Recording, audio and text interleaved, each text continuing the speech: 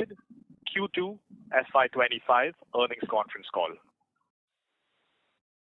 We must remind you that the discussion on today's call may include certain forward-looking statements and must be therefore viewed in conjunction with the risk that the company faces.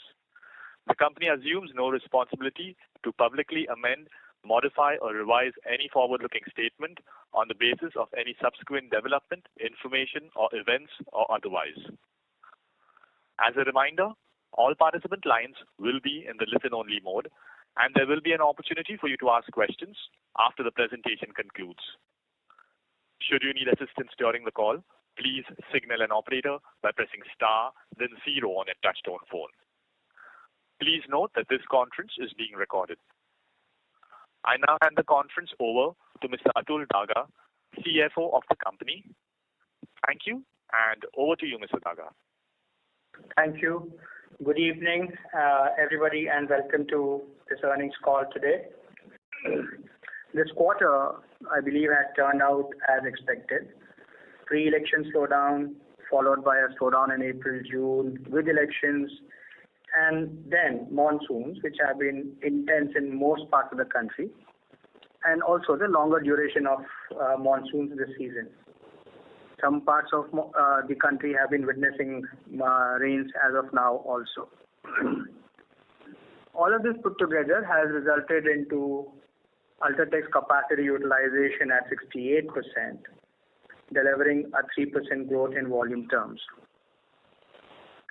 Good monsoons is not just not good for the short term, but results in a good season for rural markets in the long run with improved cash flows. Thus, we envisage and expect good rural demands in the coming seasons. Agricultural production for both summer and winter crops is likely to be higher, as reflected by the sowing activities during summers and increasing water reservoir levels, which bode well for the winter season. We have to also keep in mind global events which have an impact, which do not directly impact our business because it's domestic, but global events being of the nature that they are, can always have an indirect impact. Ocean freights, to name one of the key elements, which can go up and impact our input costs. China has introduced a stimulus package.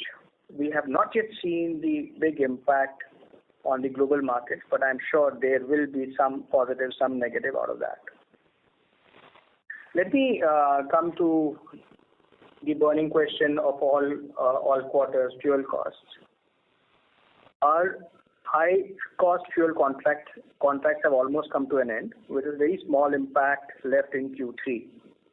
You would have noticed petcoke ratios have gone up 54% this quarter, and rupees per kcal has dropped to 1.84 from about 2 rupees in the last quarter, a decline of almost 8% QOQ. The most important factor would be demand, which we need to keep an eye on. Urban housing has been doing well so far, as has been visible from the growing number of registered projects across the country. We believe that new infrastructure projects orders will start gaining momentum, although it has been a subdued start from Q1 and during the quarter, during the quarter and the reporting.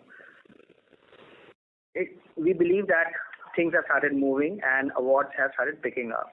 589 kilometers of road projects have been awarded by NHAI and MoRTH, though lower on a year-to-year basis. During the quarter, various projects approved to improve country's infrastructure have come to light. Some of them are Chennai Metro, 63,000 crores, Mumbai Ring Roads, 58,000 crores, Pune Ring Roads, another 42,000 crores, the PM GSY for 70,000 crores, out of which 52,000 crores is for roads. Central government approval for Bangalore Metro Phase 3, approval for Thane Integrated Metro Rail Project, and so on and so forth. So the list will keep on increasing. I we are very confident that there is not going to be a slowdown. These are just few announcements, as I mentioned.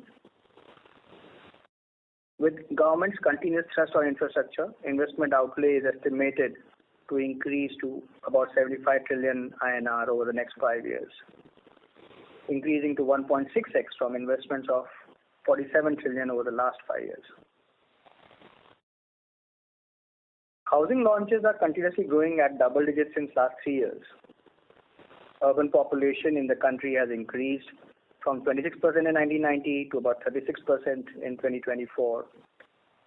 And we believe that the pace of urbanization will continuously accelerate further. Urbanization is going to lead to increase in demand for housing across all categories: affordable, mid-level, luxury, ultra-luxury.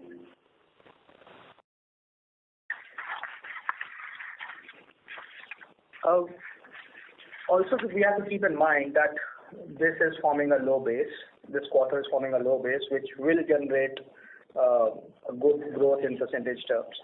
We are also seeing improvement in demand in the commercial space, which is represented by commercial offices, warehouses, data centers, and the likes. Talking about our own growth plans, our expansion projects are on track, and we will commission another 8 million tons of capacity in H2, taking us to 157 million tons of capacity by the end of fiscal 25.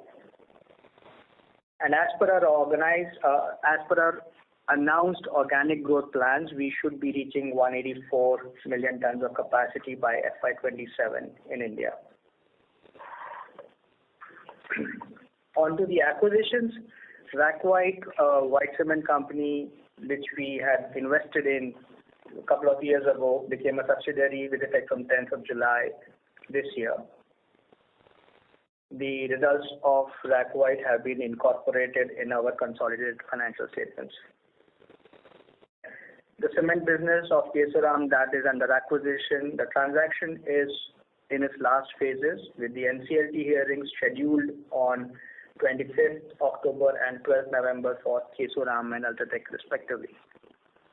We hope that there are no delays in these processes, and this being the last step, the transaction should see a conclusion in Q4 FY25.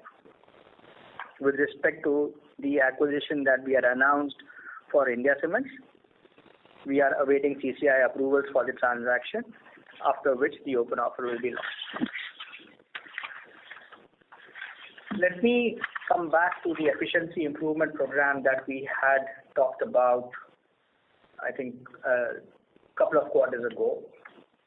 Our efficiency improvement program is very specific, precise, and measurable. We started tracking this program from the close of fiscal 24. And let me reiterate the various line items included therein. WHRS capacity, we had ended the financial year with 278 megawatts. Currently, we are at 308 megawatts and will reach 450 megawatts by fiscal 27 end. Renewable energy capacity, we were at 612 megawatts at the beginning of the year. We have reached 681 megawatts as of now, and we will be reaching 1.8 gigawatts by fiscal 27. Clinker conversion ratio is again on track from 1.44 to 1.54 by FY27. Alternate fuel mix is set to rise from 5% at the end of fiscal 24 to 15% at the end of fiscal 27. Lead distance, as already we have spoken about, has started dropping, and we will see further drop and definitely reach about 360 kilometers by fiscal 27. Over and above that, there are smaller areas like power consumption reduction, efficiency improvement in operations, operating leverage. All of them will be delivered in each year, step by step. And to summarize, Ultratech today is at 150.66 million tons of capacity. March 25, we should be reaching about 159 million tons of capacity. By the end of Q2 fiscal 27, we should be touching around 180 million tons of capacity, wherein I'm not including the acquisitions in progress and anything in future.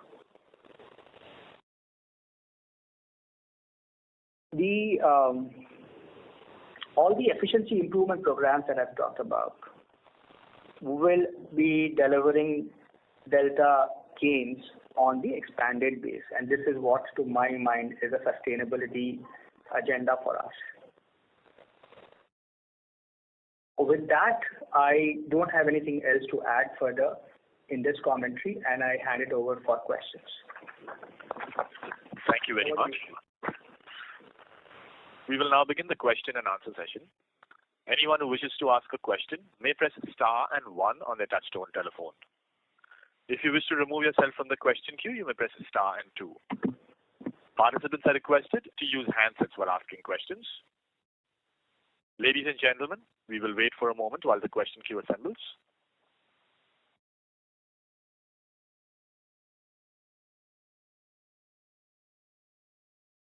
The first question is from Amit Murarka from Axis Capital. Please go ahead. Hi. Good evening, Mr. Raja. Thanks for the opportunity. So the first question is on the fuel cost. You had guided for normalization of fuel cost by the Q3, and it's good to see a sharp drop in Q2 itself. So could you help understand, like in Q3 or by Q4, what could be the expected fuel cost when you kind of normalize back to the spot cost levels? It should drop further, Amit. And as I mentioned, on an average, we would have a consumption of give or take 3 million tons of fuel between coal and petcoke. It's not just the cost of purchase, but the fuel mix also is equally important. And you would have noticed that we have gone up on petcoke significantly, which will keep on going up further. What will the number be like? Difficult for me to give you an exact estimate, but we will be going down south only. Sure. And also on your cost. So I see that there's a sharp jump in employee cost. I know you do annual increments from Q2, but it's almost a 24% QOQ jump. So is there any one-time bonus or anything like that in that? Yeah, there have been one-time bonus or extra bonuses which were given during this period. So our average increase should be around 9-10%, and over and above that would be one-off. Okay. And lastly, on the other expenses as well, like last quarter you had said that you had higher marketing spends. Correct. But the other expenses, at least on a per ton basis, have gone up another 100 rupees. So how do we think about other expenses now? Other expenses, guys.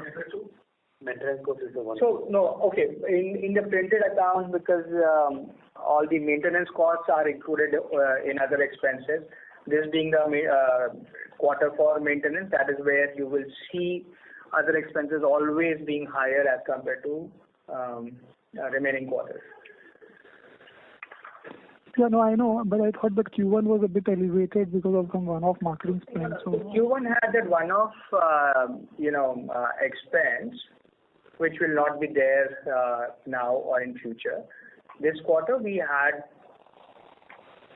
maintenance shutdown costs, which are part of my other expenses.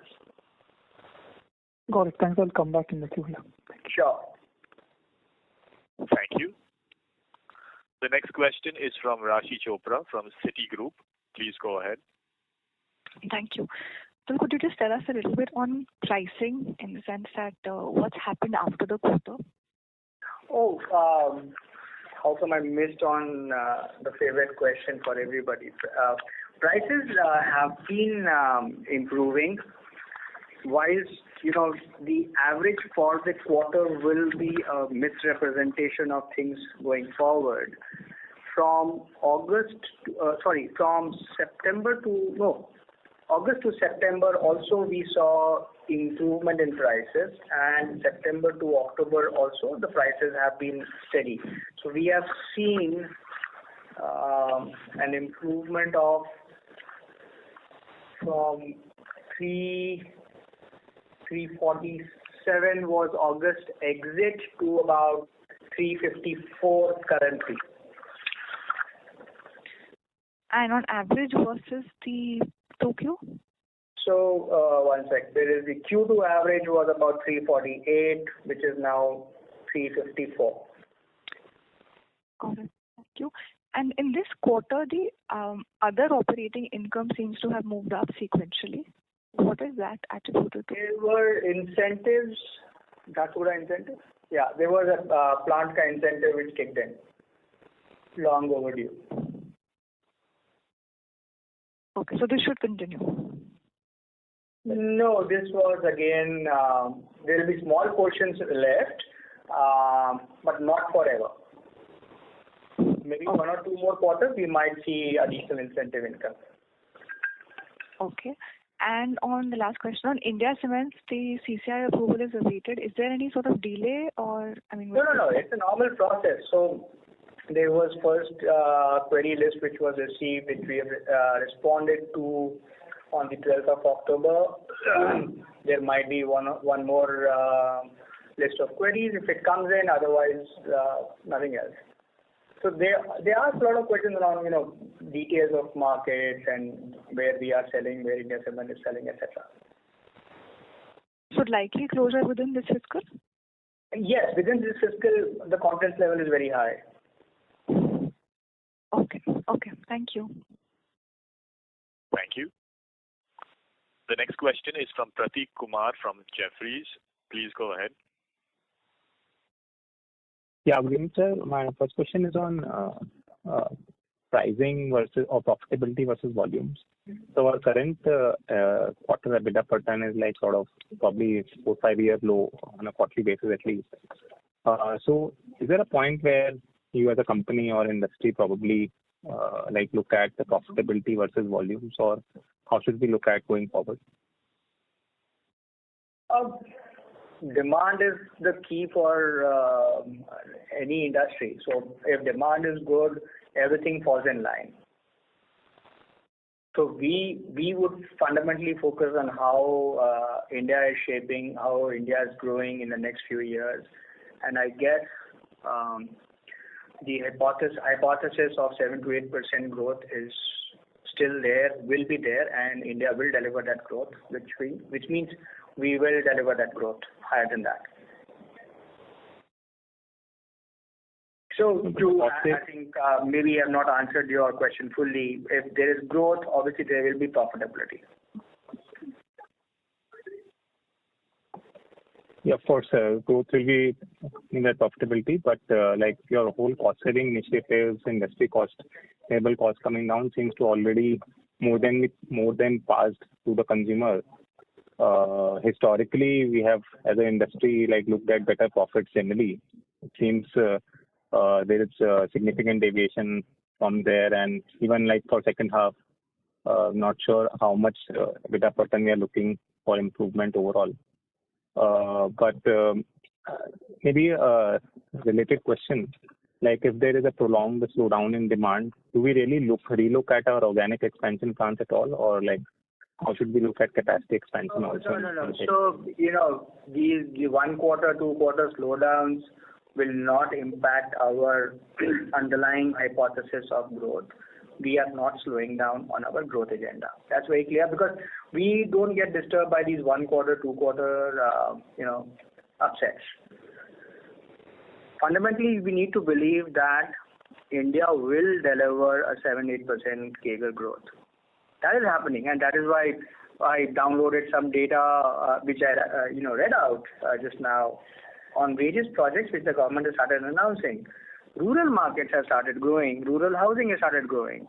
If you're looking at a short-term window, then good monsoons, which have depressed cement sector this quarter, will be a positive gain for April-June quarter when crop harvesting takes place. And which we are already seeing right now, rural demand. The FMCG sector is positive about rural demand. We are seeing positive trajectory in rural demand also. Okay. And then the other question is on white segment revenues, which like sort of slipped 10% year on year this quarter. Any specific reason there? I'm sorry, what? The white segment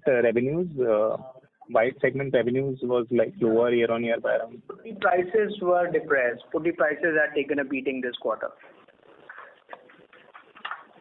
Okay, is that continuing or like is it expected to revive? No, I think they have stabilized. We have not seen decrease in prices as of now.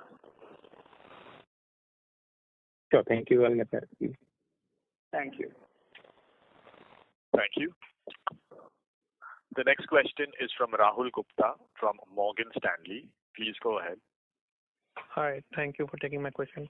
Atul sir, I have one broad question which may not be a near-term thing. Just want to understand one thing. You have been continuously surprising positively on realization versus what we see on pan-India prices.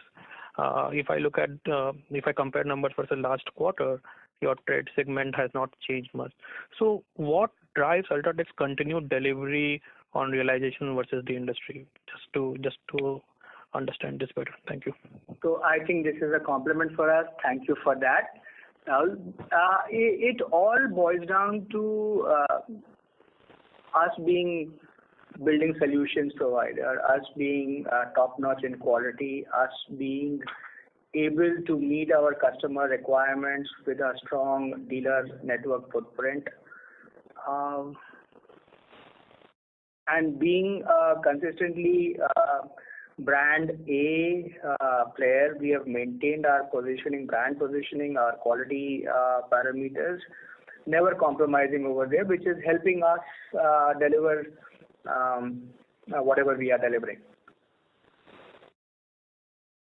Thank you, sir. So just a follow-up on this, is it fair to say that apart from being a preferred brand, you being a pan-India player helps you cushion some of the regional disturbances on prices, or is it a more multiple?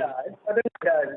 Pan-India presence, the diversity of our physical presence comes to our advantage as well as disadvantage. So when, let's say, there is an imbalanced movement in one particular region, that will have an overhang on our results. But luckily, as we are growing forward, our own capacity would be balanced across all regions. That will help us to be a really diversified player and will not get impacted by any regional imbalances. That's very clear, and thank you so much. Next question. Thank you. The next question is from Sumangal Nevesha from Kotak Securities. Please go ahead. Yeah, good evening, everyone. Thanks for the chance. So my first question is on industry demand. Is it possible to share your sense what would have been the industry demand growth in second quarter? And in your presentation, we see a lot of down arrows across regions. Is it possible to give some color as to some regional color? And in our growth, looks like we would have grown in some region and we would have seen some decline. So some region-wise color specifics will be very helpful, sir. So, Sumangal, all India, I believe the demand would be negative or zero, or between minus 0.5 to 1%. As for specific regions, I won't have exact percentage colors, but the direction which we have indicated are basis whatever information we have. But till we have competition results declared, we will not be able to comment on that. Okay. But sir, east and south, I mean, there are a lot of down arrows. I mean, is it a firm decline on our volumes in these two regions, or? We have grown. Okay. Okay, got it. So second question on the fuel cost versus what we are doing at around 1.85. I mean, I understand that trajectory is downwards and difficult to say guide on the timeline. But just for our understanding, at the spot level of petcoke, say around $95 odd, what would be the cost? I mean, of course, timeline will depend on inventory, but some. No, so from our 1.84, we could drop 10 points further. As for current prices, I think it has plateaued. We'll have to wait and watch the global events on how markets shape up. We're not seeing too much of volume in terms of supplies taking place at these levels. Okay, understand. And just the last one, I mean, for India Cement, we are expecting the CGI by what, November end or December? It's difficult for us to comment.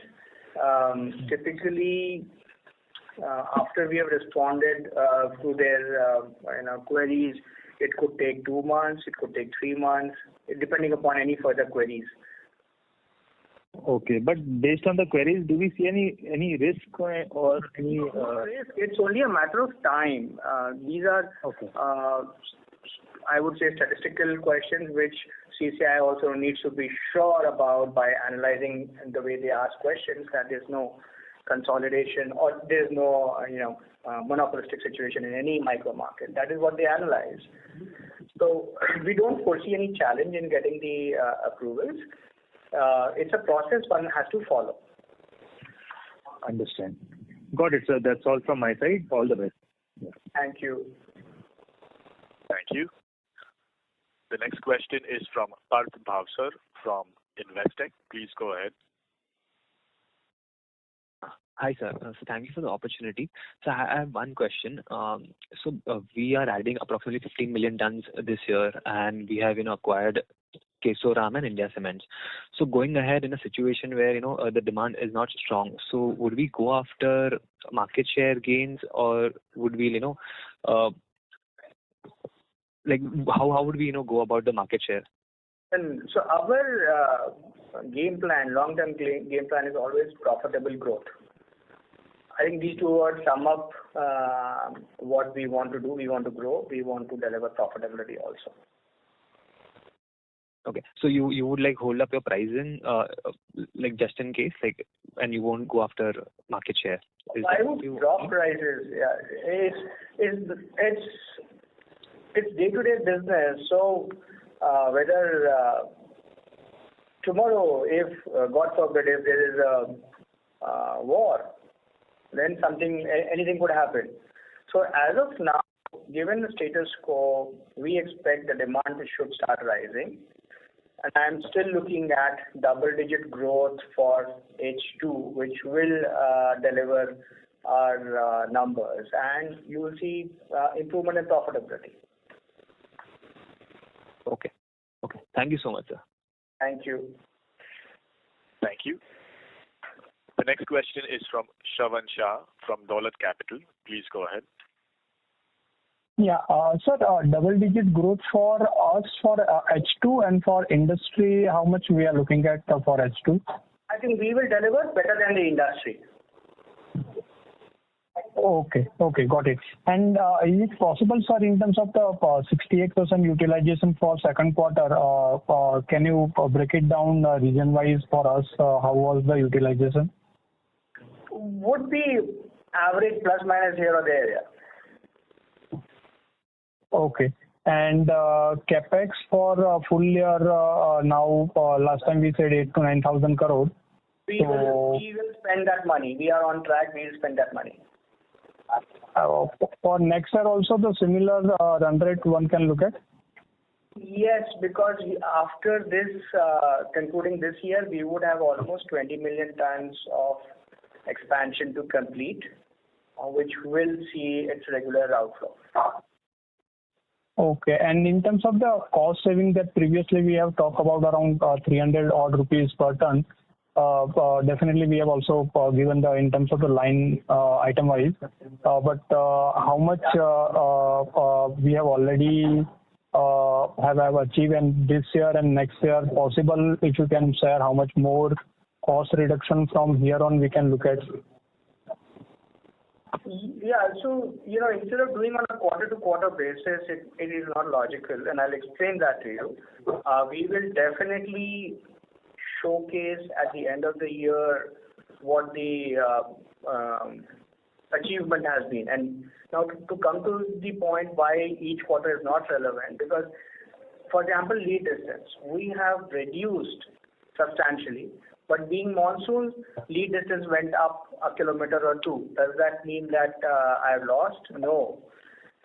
The downward movement in lead distance is ongoing, and we will reach our targets. So at the end of the year, we will publish the performance against the targets which I spoke about. I was vocal about each and every number. We will publish our performance at the end of the year. Okay. Thank you, sir, and all the best. Thank you. Thank you. Next question is from Naveen Sahadev from ICICI Securities. Please go ahead. Yeah, good evening, sir, and thank you for the opportunity. Two questions. So while we are awaiting the regulatory clearances at both Kesoram and India Cement deal, is there any initial assessment done as to the capex that may be required at both these entities to bring the quality of the plants at par to our operating standards?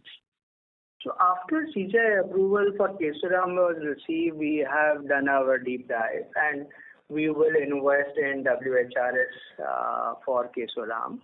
And there will be other minor capex program which will be undertaken. Rupee terms might be 400-500 crores over a period of 2 years to bring it up to the level of performance of Ultratech. As for India Cement, nothing as yet. We will await. We will follow the law. We will await CCI approval before we start engaging with them. Understood. And I'm assuming that the yearly targets that you have given, and thank you so much for giving that, because it gives us more conviction to build in those kind of cost savings. So the yearly targets that you have given for waste heat recoveries, I'm assuming they are not... Let me preempt you, does not include the acquisitions. Understood. And sir, second is just a clarification. Did you mention that the current petcoke, at the current low levels of petcoke prices, not much transactions are happening? Correct. So is it because the seller is not willing to, or they are expecting further decline? How should one look at it? If the seller was waiting for a decline, there will be a problem. We want, because we are regular consumers, so we will keep buying. So there seems to be a possibility that prices might go up. That is why sellers might be holding on to their inventories and offers. Fair point. But that's very, very helpful. Thank you so much, sir. Thank you. The next question is from Ritesh Shah from Investec. Please go ahead. Hi, sir. Thanks for the opportunity. Couple of questions. Sir, first, at industry-wide, what is the sort of capacity additions that we are expecting, say, this fiscal and next 2 fiscals? Full year, we would see about 30 million tons of capacity this year, out of which Ultratech would be 50%. Next year, again, there should be 30 million tons, and Ultratech playing a main driver for that growth. Sir, earlier you had given a number of 35 to 40. So is it a few companies are scaling back, to your knowledge? How should one read into this? No, not scaling back. There are delays.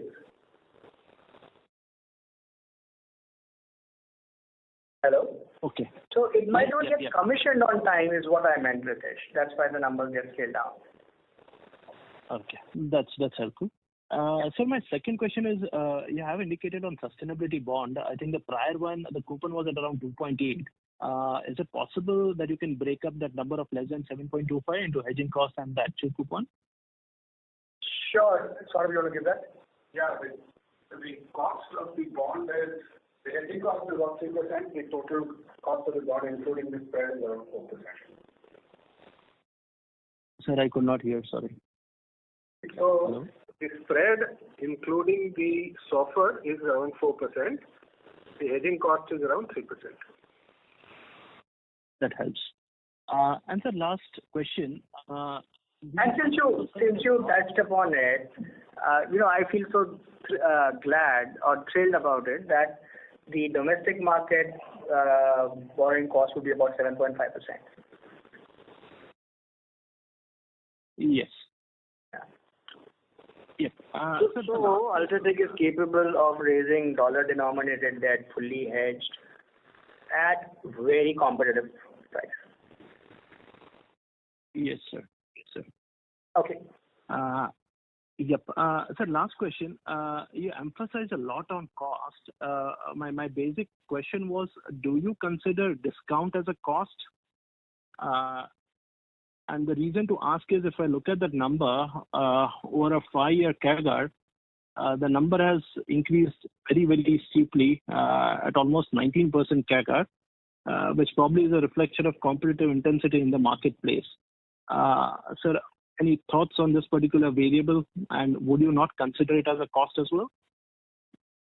Discounts normally get netted off from selling prices, and there are some promotion expenses which would be in other expenses. So I don't know where are you picking this number up from, but it will be good if you can catch up with Ankit separately to the launch.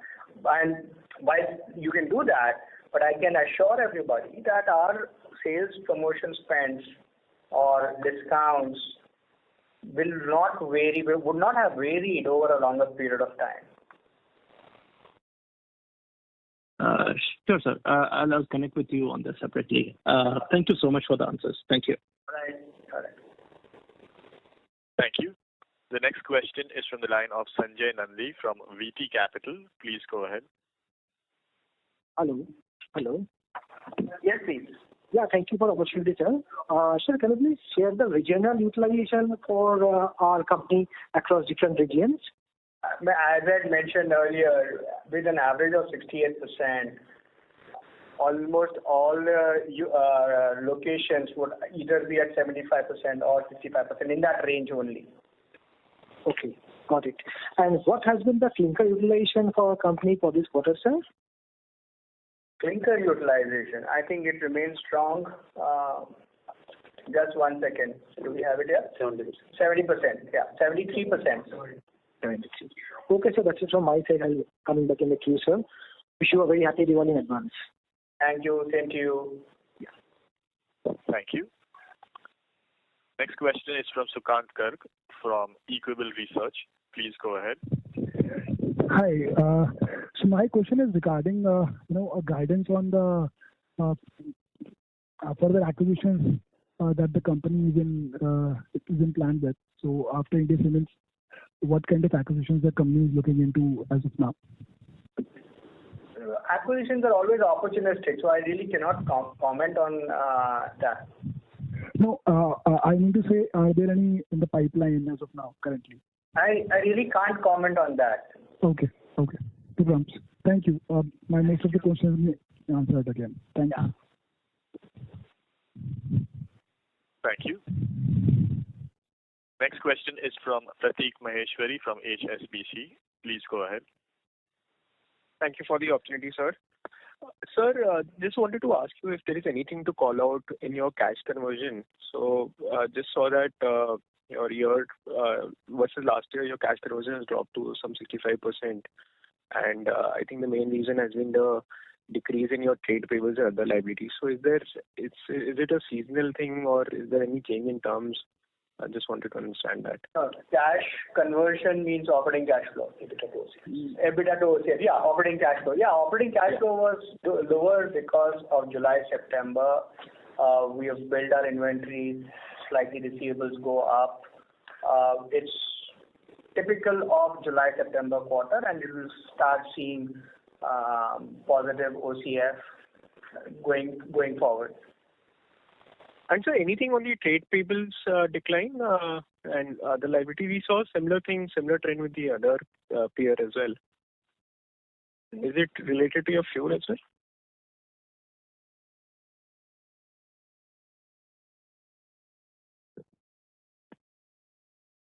One second, I'm just checking. Yeah.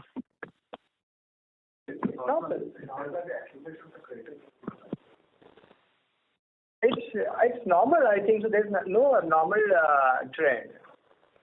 My credit period, I think this question was asked earlier also by somebody. Has my credit terms changed? No. We are having our credit terms are standard. There might be some payments for capex creditors which might have increased, but I don't see any adverse situation in our OCF. Okay. And sir, just wanted to understand the second half demand drivers. So would you see that the infra increasing and so the non-trade share increasing? You see H2, you will see infra, you will see rural growing, infra growing, urban markets continue to grow. So very similar to your 1H drivers in terms of trade, non-trade. Yes. Okay. Got it, sir. Thank you so much for the opportunity. Thank you. Next question is from Amit Murarka from Axis Capital. Please go ahead. Hi, thanks for the opportunity again. So given that we are very close to now Kesoram integration, could you provide a brief overview of 1H financials for Kesoram? 1H financials. I think they declared their results. Yeah, but they didn't have the cement in that. No, I'll share with you. They delivered volumes of about 1.7 million tons. EBITDA per ton on cement was 264 per ton. On a capacity utilization of 74%.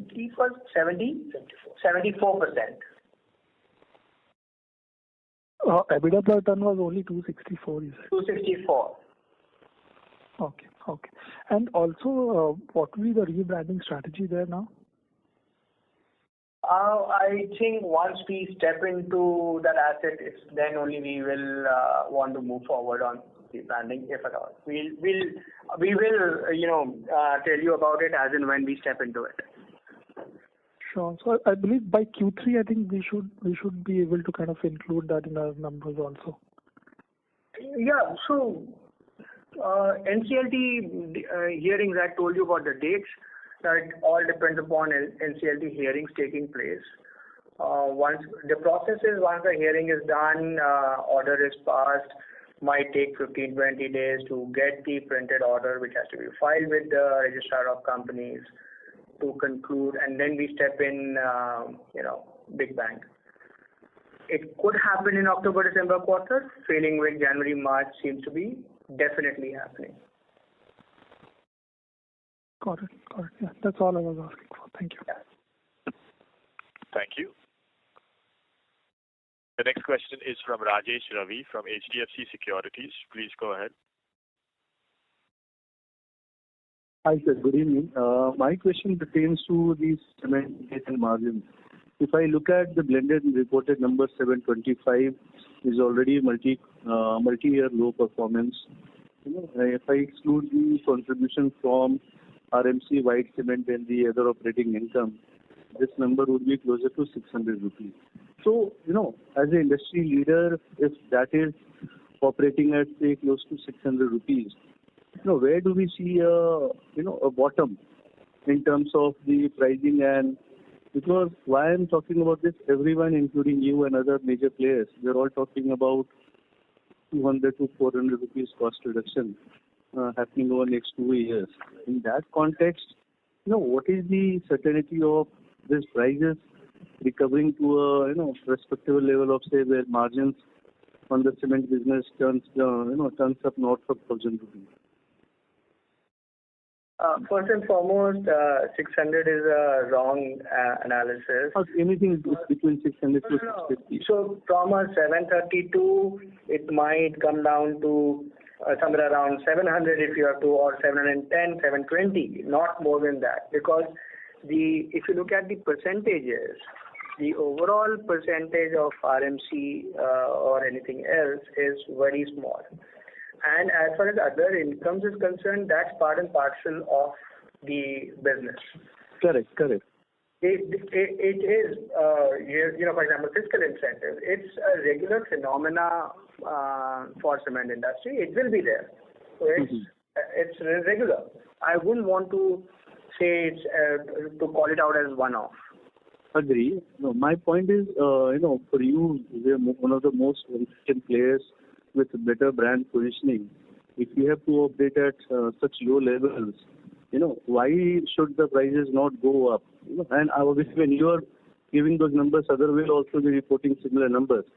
So, where we were looking at 1,300, 1,400 margins for the industry, how should that shape up? Rajesh, we will talk about the same thing. I'm noting down your question, and we'll talk about it at the end of next quarter results.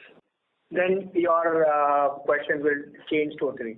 So the point is, cement industry, you cannot measure on a quarter-to-quarter basis. It's a long-term play. When an asset is being built, it does not get built in one quarter.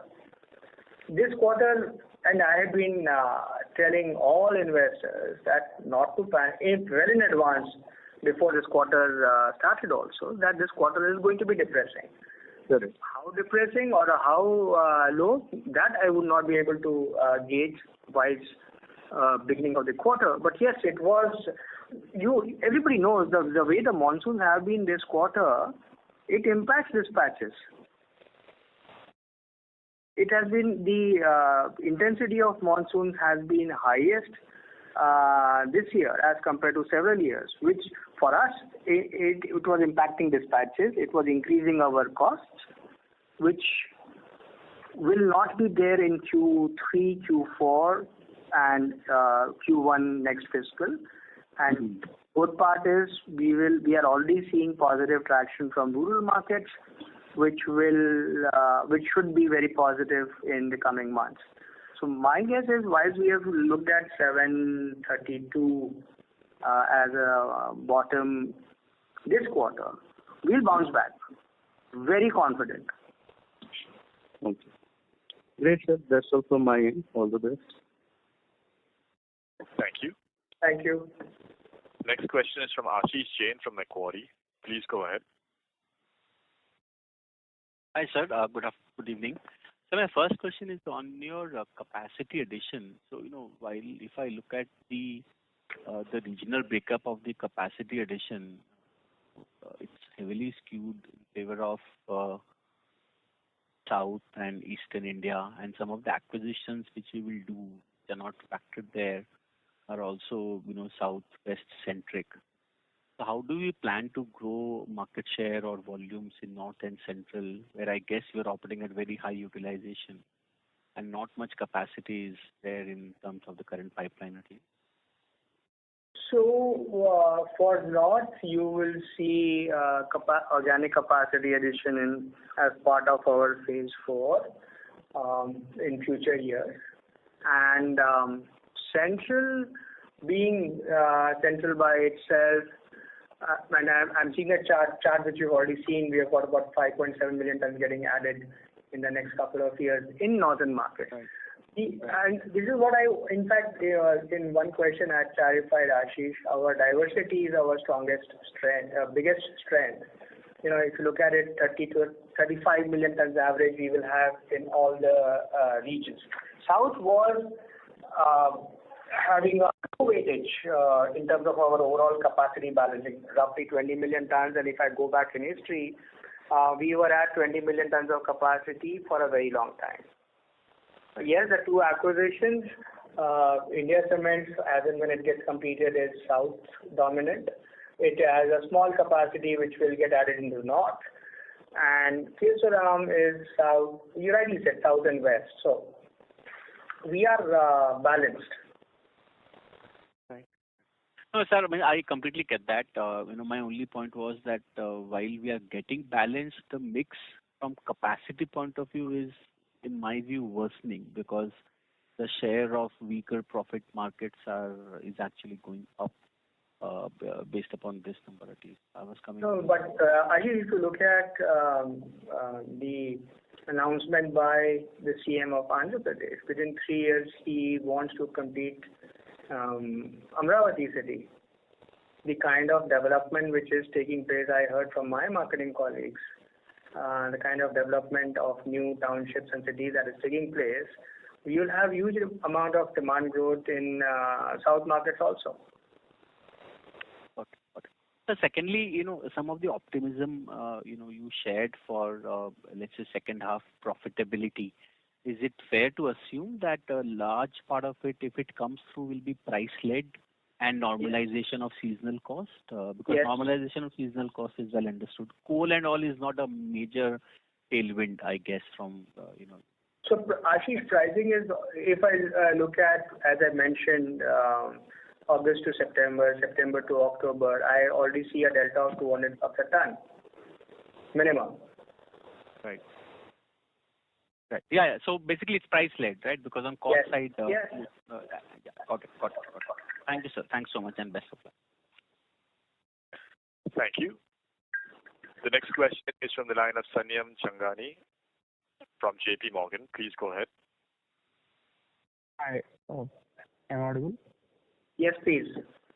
Yeah. I just wanted to ask what is the current limestone capacity for Ultratech, and what is the expiry schedule in the next 2 to 5 years? How many limestone reserves do we expect? 2 years, no expiry. FY30, there will be a couple of mines which will expire. Our limestone reserves are long-ended. We have more than around 10 billion tons of reserves, all India put together. So we're not really worried about it. Okay. So, and what kind of bids do we expect to place in the coming 2 years to 3 years, let's say, for further additions in limestone reserves? It all depends on where the limestone mine auction is taking place, what is the reserve, what is the market potential, what is our intention of growth in that marketplace. Accordingly, we'll make our bidding strategy. Cannot be done at this time because the government has also not announced long-term or let's say 3-year, 4-year plans of mine auctions. They happen on a day-to-day basis. Okay. Thank you. Thank you. The next question is from Rahul Gupta from Morgan Stanley. Please go ahead. Hi, thank you. Hello? Can't hear you. Rahul, we can't hear you. If you're in a headset, request you to use the handset. Can't hear you at all. Hello, can you hear me? Yeah, this is better. Sorry about it. Thank you for giving me a chance again. You mentioned that 30 million ton capacity would get added each in this year and next year, and you also mentioned that there have been some delays. Just want to understand, are there structural issues? Delay is not our side. No, I understand that. I am asking more from the industry perspective. And the reason I ask this question is because if I look at industry outside large players, even normalized profitability levels would make almost impractical to add capacity. So does this mean that you will see accelerated market share gains even on organic capacity addition basis? Or how should we look at the industry dynamics from the next 2-3 years perspective, given how profitability levels are? Thank you. You asked the question and answered it yourself. What can I say? So let me ask this question differently, sir. Is there a risk that capacity expansion delays may happen structurally for the industry over the next 2 years? Really cannot comment about the capability and ability of competition to execute their expansion. But whatever I knew from ground realities, I told the forum. Okay, great. Thank you so much.